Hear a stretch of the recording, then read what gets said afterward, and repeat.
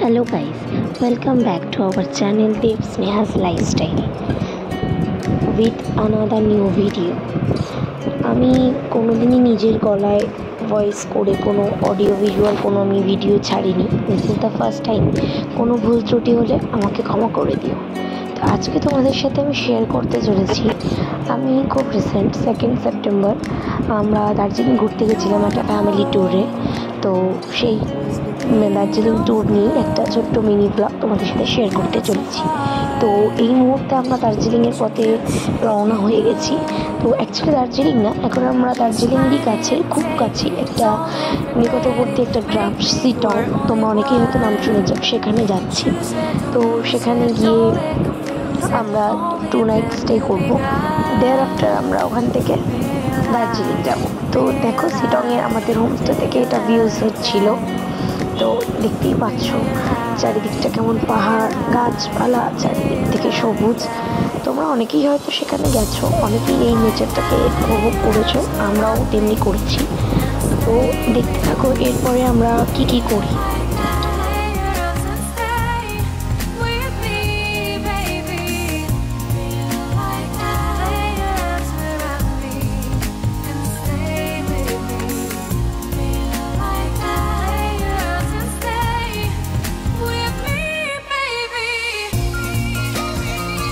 তো শিটংয়ে 2 রাত কাটিয়ে আমরা দার্জিলিংয়ের পথে রওনা হলাম।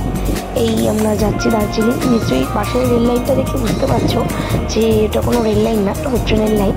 টয় ট্রেন যাইলেই যেই লাইন দিয়ে সেই লাইন দিয়ে তো আমরা যাচ্ছি।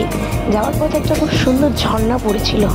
এই দেখো সেই ঝর্ণাটা ভীষণই সুন্দর, কিন্তু তার কাছে গিয়ে ছবি তোলার সাহস আমরা করে উঠতে পারিনি, কারণ ভীষণই ভয় লাগছিল। আর তার মধ্যে বৃষ্টির ওয়েদার, স্লিপ কাটার একটা ভয় থেকেই থাকে। ওই জন্য জাস্ট দূর থেকেই এই ঝর্ণাটাকে আনন্দভাবে উপভোগ করেছি আমরা।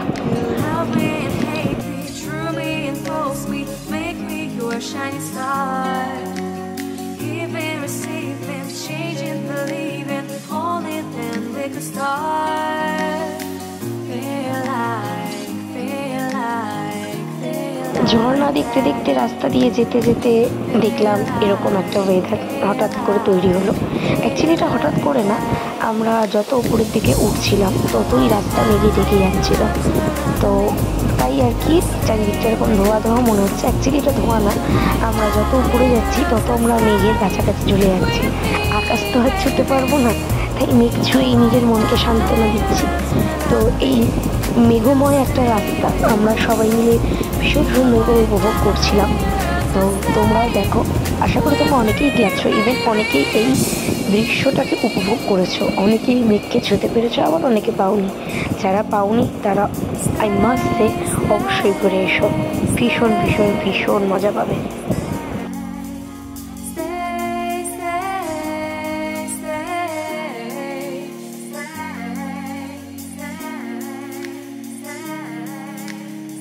এই রাস্তা দিয়ে যেতে যেতে হঠাৎ মনে পড়লো আমরা যোগীঘাট ব্রিজের কাছে ছিলাম, যেখানে একটা খুব সুন্দর নদী যাচ্ছিল, যেটা সিটংই। তো সেটা জাস্ট একটা ছোট্ট দৃশ্য তোমাদের সাথে শেয়ার করছি। এই যে যে ব্রিজটা দেখছো, যেটাকে আমরা হ্যাঙ্গিং ব্রিজ মানে ঝুলন্ত ব্রিজ বলি, এটা ব্রিটিশ আমলের ছিল। আর তার পাশে যে ব্রিজটায় আমরা দাঁড়িয়েছিলাম সেটা একদম নতুন হয়েছে আর কি। নতুন বলতে যবে থেকে সব যাত্রীরা এখানে মানে ভিজিট করে তারা তখন থেকে দেখতে পায়। বাট এটা ছিল ব্রিটিশ আমলের ব্রিজ, ভীষণ সুন্দর ছিল এই ঝর্ণাটা।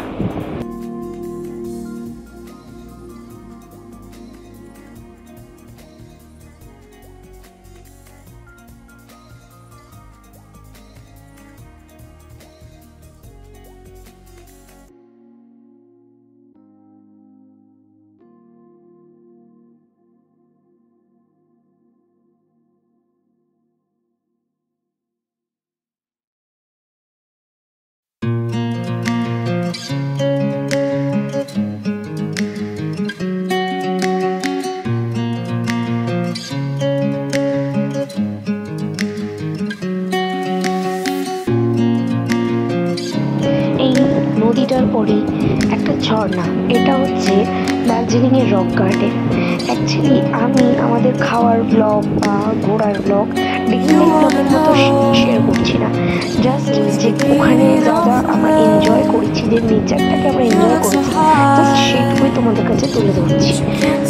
আগে যে ঝর্ণাটা দেখলে ওটা হচ্ছে রক গার্ডেনের ঝর্ণাটা। আমরা একদম নিচে ছিলাম, কারণ উপরে ওঠার মতো ক্ষমতা আমাদের অনেকই বয়োজ্যেষ্ঠ মানুষরা গেছিল, সব হচ্ছিল না। এটা রক গার্ডেনে যাওয়ার পথে রাস্তাটা দেখতেই পাচ্ছ, পাহাড়ের গা দিয়ে এরকম রাস্তা কেটে কেটে তৈরি হয়েছে। এই রাস্তা দিয়ে যাচ্ছে আর চারিদিকটা পাহাড়, ভীষণ ভীষণ ভীষণ সুন্দর লাগছিল চারিদিকটা।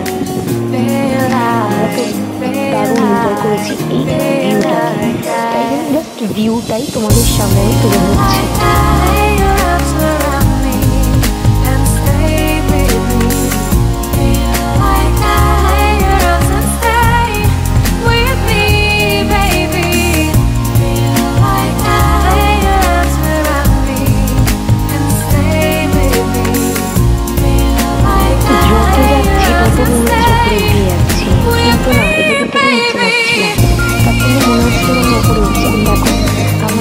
কতটা গাছে রয়েছে, কিন্তু কি করবো, চাইলেও তার আকাশ ছুঁতে পারবো না।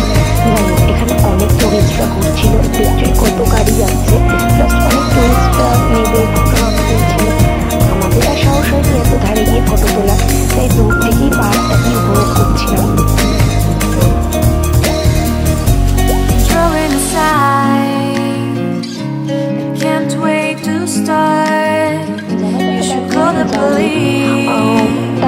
তাদেরকে আমি একটাই কথা বলবো, কোথাও যাও আর না যাও, অবশ্যই দার্জিলিংটা ঘুরে এসো।